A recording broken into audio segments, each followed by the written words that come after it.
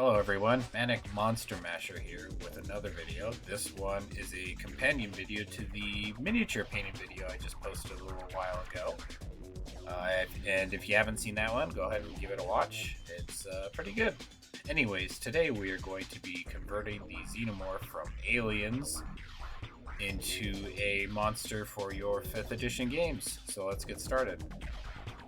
First off, I should probably give a pretty pointless explanation to what a xenomorph actually is, because if you haven't seen the Aliens movies, you should probably stop watching this video and go watch them. They are a lot better than this video.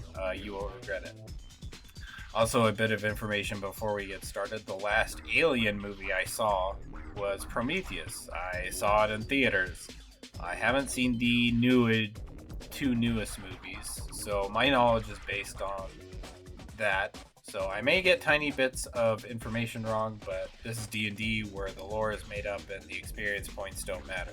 So the Xenomorph is a biological weapon that is essentially the perfect killing machine. It does not reason or negotiate. It only has two instincts: to kill and to reproduce. How they reproduced is more complex than a MC Escher painting, but I will give you the short version. They are essentially like parasitic insects. A creature known as a facehugger hatches out of an egg, injects its victim with a xenomorph, after which it dies. Then the xenomorph kills the host and bursts its way out of the host in a very gruesome manner. And if there are no other xenomorphs around, the xenomorph can grow into a xenomorph queen, which in turn lays facehugger eggs. The cycle continues in a circle that way. Essentially evil bees.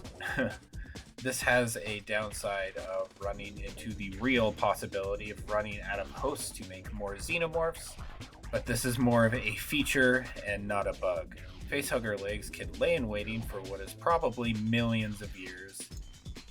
And something to keep in mind is that these things are meant to be bioweapons, so running out of hosts and dying all out is kind of the perfect scenario for anyone wanting to use them as such. Now, you're probably wondering who on Earth would create these things, and my understanding is that no one really knows. Some people point to the engineers, an ancient alien race, but this is never actually confirmed in the movies. It is just confirmed that the engineers used the xenomorphs. In my opinion, it is more likely that the engineers stumbled on xenomorphs and saw the potential, same as the humans do in the Alien universe. A lot of factions in the Aliens, various stories, use xenomorphs as weapons. Wayland Utoni, I believe there's a comic series where the government of Earth uses them as weapons, kind of like a Cold War nuke situation where, like, we have these guys, if you don't comply, we'll send them to your planet. Now, the next thing to mention is that the Aliens universe really consists of several different split off universes. These things kind of fit perfectly into any setting, really. I mean, they're just hostile aliens. These things have fought everything from Superman to Spider-Man to the Predator, Buffy the Vampire Slayer. These things are so versatile, you can use them in basically any setting. So with all that said, let's move on to the stat block itself. So not much to say here, actually. I put it with an AC 17 natural armor with 79 hit points. That is a reference to the year of the movie. The first movie, that is. Speed of 45. These things are really fast in all aspects. So I wanted to make sure that your players couldn't outrun it. We're going to start with the abilities. The first ability we're going to start with is Acid Blood.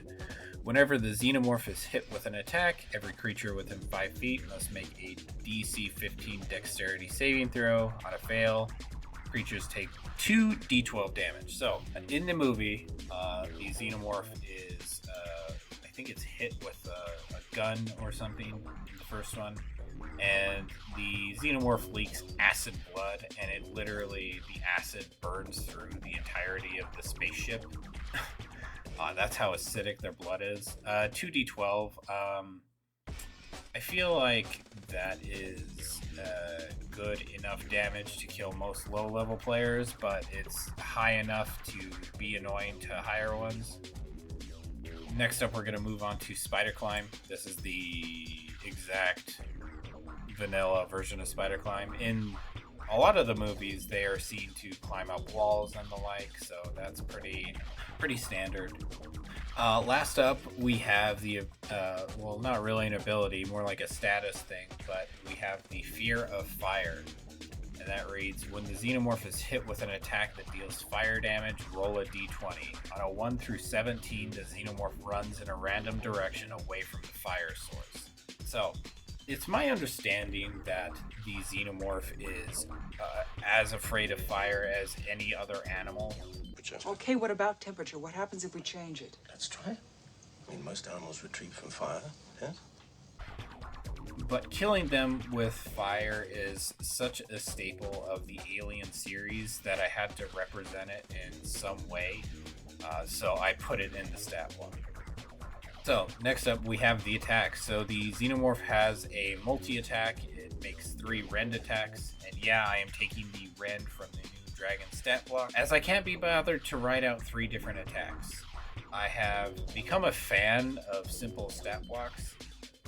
And if you don't understand why, clearly you've never been a dungeon master. I joke, but I do myself struggle to keep track of stuff during combat, so the simpler the stat block is, the better. Just give it powerful abilities, simple powerful abilities, and good attacks, and like, that is how I prefer my creatures. Like, if you fucking read something like the ancient green dragon from the old 2014 book, like, oh my god, like, it's like reading a whole, that stat block is literally paragraphs upon paragraphs, and like, you don't need that to make a powerful creature. Also, one thing to keep in mind, I do not do challenge rating. I think challenge rating is bullshit, and I can never figure it out, so I just kind of, you know how coders vibe code? Well, I kind of vibe DM when it comes to challenge rating. So, with all that out of the way, let's get some ideas on how to use the Xenomorph in your 5th edition / 6th edition games. So if you wanted to go the simple route, just follow the plot of any of the Aliens movies. Players find ancient spaceship, shenanigans occur, but you can get more wacky with it. Like I said before, these things can literally fit into any setting without issue. Maybe your players are trying to stop a Mind Flayer cult that is trying to destroy the kingdom, but they have been unsuccessful, and now they have made Xenomorphs as a bioweapon and loose them on the world. Players have been tasked with finding the source of the vicious killers and putting a stop to them once and for all. Anyway, that's it for this one. If you like what you saw, go ahead and subscribe. Also, just wanted to let everyone know that I may be attempting some Pathfinder 2nd edition creature stat blocks in the future. My D&D group is moving to Pathfinder for this next campaign. Pathfinder's alright. I don't know how I'm gonna run it with, me liking simple stuff, but we'll see how it goes. If that's something that interests you, you should stick around. I'm also working on some more miniature, like, assembling / painting videos, so keep an eye out for that. So thanks for watching, and whatever your favorite YouTuber says at the end of their videos, pretend I said that. Thanks.